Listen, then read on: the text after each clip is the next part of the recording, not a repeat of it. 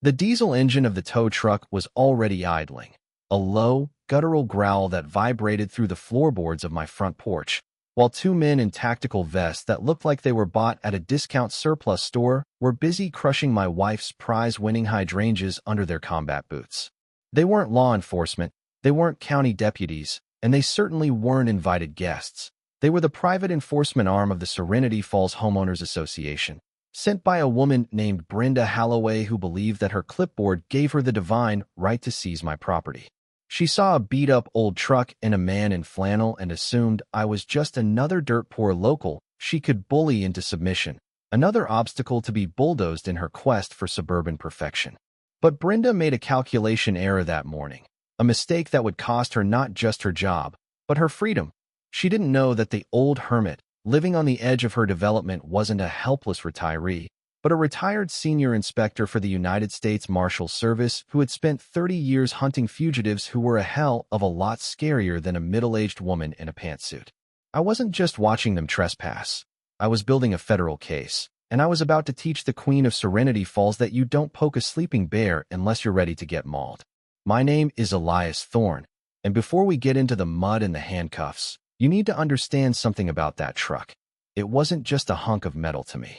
It was a 1968 International Harvester Scout, painted a shade of yellow that had long since faded to a dusty cream, with a dent in the rear fender from the time my brother, Sam, backed it into a pine tree after his first heartbreak. Sam didn't make it back from overseas in '04, and that Scout was the only thing I had left that still sounded like him, a rough, sputtering idol that refused to quit no matter how cold the mountain air got. I kept it parked under the old weeping willow on my land, 100 acres of Smoky Mountain foothills that my family had held the deed to since before the Civil War, long before the developers came in with their bulldozers and clear-cut the forest next door to build Serenity Falls, a soulless grid of beige McMansions and chemically green lawns.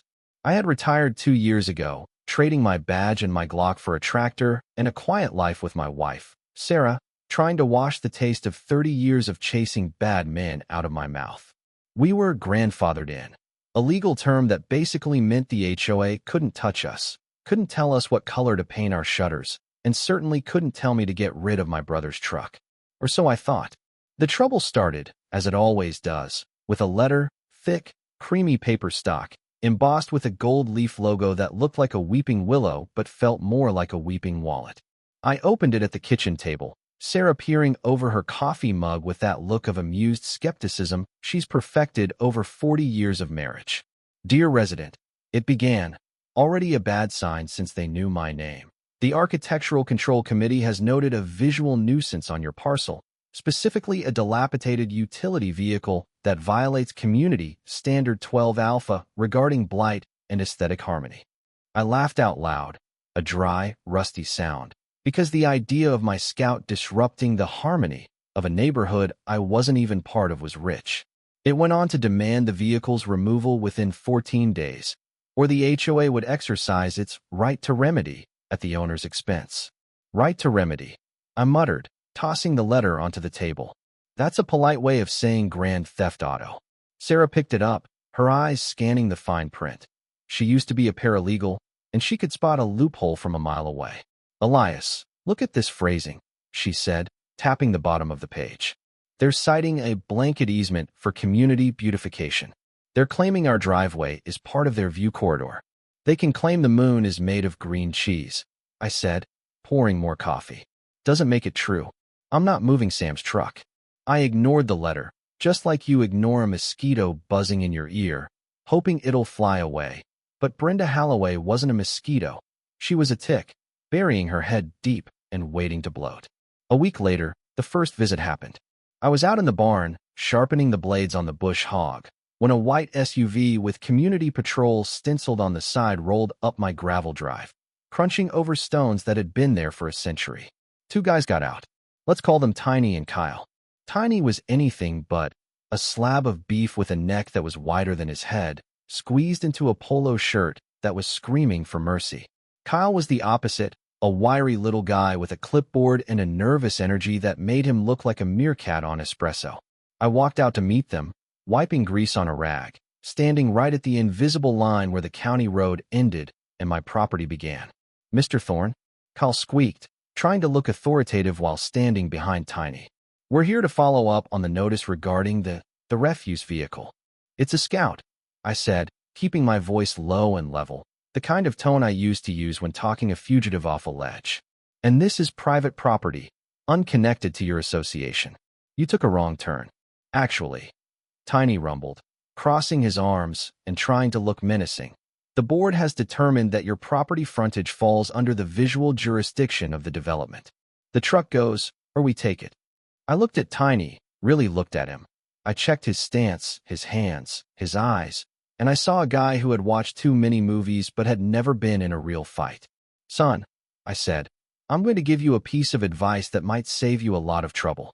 Turn that toy car around, drive back to your beige kingdom, and tell Brenda that if she sets foot on this land, I'll have her arrested for trespassing. And if you touch that truck, you're not just dealing with a grumpy old man.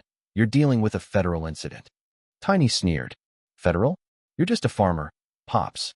We'll be back. They left, kicking up dust, but the encounter left a sour taste in my mouth. I went inside and told Sarah, they're not going to stop. Then neither do we, she said, opening her laptop. I'm going to find out who Brenda Holloway really is. While Sarah dove into the digital rabbit hole, I made a few calls. You don't spend 3 decades in the Marshal Service without making friends, and I still had a few favors in the bank. I called a buddy in the Treasury Department and asked him to look into the Serenity Falls HOA finances, just a hunch. See, people who are obsessed with control are usually obsessed with money, and they usually think they're smarter than the system. 2 days later, Sarah called me into the office. You were right, she said, pointing at a spiderweb of spreadsheets on her screen. Brenda isn't just the president. She's the sole proprietor of Holloway Aesthetics LLC and Serenity Security Solutions. The HOA pays her companies for consulting and security at about 3 times the market rate. And get this, she's been filing liens on houses for minor violations, forcing foreclosures, and then buying the properties through a shell company to flip them. She's running a racket, I said, feeling that familiar cold focus settle over me. She's using the HOA as her personal piggy bank. And she needs your land, Sarah added, pulling up a planning map. Look, Phase 2 of the development includes a clubhouse and a pool. Right here. She pointed to the spot where my barn and Sam's truck currently stood. She's not trying to clean up the neighborhood, Elias. She's trying to manufacture a reason to seize the land through some eminent domain nonsense she's cooking up with the county zoning board. The picture was complete. This wasn't about grass height or paint colors. It was a land grab, pure and simple. I felt a low simmer of anger, not for myself, but for the sheer arrogance of it. She thought she could steamroll a life, a history, just to put in a heated pool. The escalation came fast. A few nights later, I woke up to a blinding light sweeping across our bedroom window. It was 2 a.m. I slid out of bed, grabbed the robe, and let's be honest, the shotgun, though I didn't load a shell, it was just for effect, and went to the porch. A drone was hovering about 20 feet above my driveway, shining a high-intensity spotlight right into the house, buzzing like an angry hornet. I didn't shoot it down, though the temptation was sweet. Instead, I walked out, looked straight into the camera lens, and waved. Then I went to the breaker box in the barn and flipped a switch I had installed years ago for security. See, when you live in the middle of nowhere, you need deterrence. I had rigged up a perimeter lighting system, stadium-grade halogens that could turn night into noon in a split second. I flipped the switch. Wham! 4,000 watts of pure white light blasted outward. The drone pilot, presumably watching through a screen in a car down the road, must have been blinded. The drone wobbled, banked hard left, and crashed spectacularly into the top of an oak tree, raining plastic debris onto the gravel. I heard tires screeching away down the county road. Strike one, I whispered to the dark. But Brenda was tenacious, I'll give her that. The final straw, the moment the war went hot, was the morning the tow truck arrived. I was finishing breakfast when the rumble started. I looked out the window to see a flatbed backing onto the grass, my grass, crushing Sarah's hydrangeas. Tiny and Kyle were there, along with a woman who could only be Brenda Holloway. She looked exactly like her letters sounded, sharp, expensive, and completely out of place. She was wearing heels in the mud, directing the driver with frantic hand gestures. Sarah, I said calmly, standing up. Call the sheriff. Tell him we have a trespassing in progress. And then called Dave. Dave was the current acting chief deputy U.S. Marshal for the district. We played poker on Thursdays. I walked out onto the porch, coffee mug in hand. The tow truck driver was hooking a chain to the rear axle of the Scout. Tiny saw me and smirked, resting his hand on a collapsible batten at his belt. Don't bother, old man. Brenda shouted, her voice shrill and piercing. We have an emergency abatement order. This vehicle is an environmental hazard. I walked down the steps, ignoring Tiny, and headed straight for the driver. Son, I said, my voice cutting through the noise of the engine. I'm going to ask you to unhook that chain. You're about to be an accessory to a felony. The driver looked at me, then at Brenda. Lady says she has paperwork. The lady has a delusion, I said. Drop the chain. Ignore him. Brenda shrieked, marching over, mud splattering her beige slacks. He's nobody. He's a squatter hindering progress. Tiny, remove him. Tiny stepped forward, puffing out his chest. You heard the lady, Pops. Go sit on the porch before you break a hip. I didn't move. Tiny reached out to grab my shoulder, a lazy, arrogant grab. It was muscle memory. 30 years of taking down fugitives who were desperate and dangerous doesn't just go away. I stepped inside his reach, trapped his wrist, and used his own forward momentum to pivot him around. I applied just enough pressure to the ulnar nerve to make his knees turn to water. Tiny let out a high-pitched yelp and dropped to the dirt. Kyle gasped and fumbled for something in his pocket. Maybe pepper spray, maybe a phone, but I fixed him with a stare that stopped him cold. You touch me again, I said to Tiny, who was groaning in the mud. And I add assault on a federal officer to your list of problems. Brenda was vibrating with rage. Federal officer? You're a delusional old bat. I am the president of the HOA. I own this town. I will have you buried under so many lawsuits your grandchildren will be paying me rent. Brenda, I said, reaching into my back pocket. You don't own anything. In fact, according to the file my wife put together, you're technically bankrupt if you don't secure the loan for Phase 2, which is why you're trying to steal my land. But that's a civil matter. What isn't a civil matter? I flipped open the leather wallet. The gold star of the United States Marshal Service caught the morning sun, shining brighter than her fake jewelry. Is wire fraud, mail fraud, and conspiracy to commit theft across state lines. You see, when you mailed those threatening letters demanding money for a fraudulent company, you used the U.S. Postal Service. That makes it federal. Brenda froze. Her mouth opened, but no sound came out. She looked at the badge, then at me, her brain trying to process that the peasant she was trying to crush was actually the law. You're retired, she stammered, grasping at straws. Retired, I agreed, closing the wallet. But I still have friends, and I still have the power of arrest for felonies committed in my presence. And stealing a truck? That's a felony.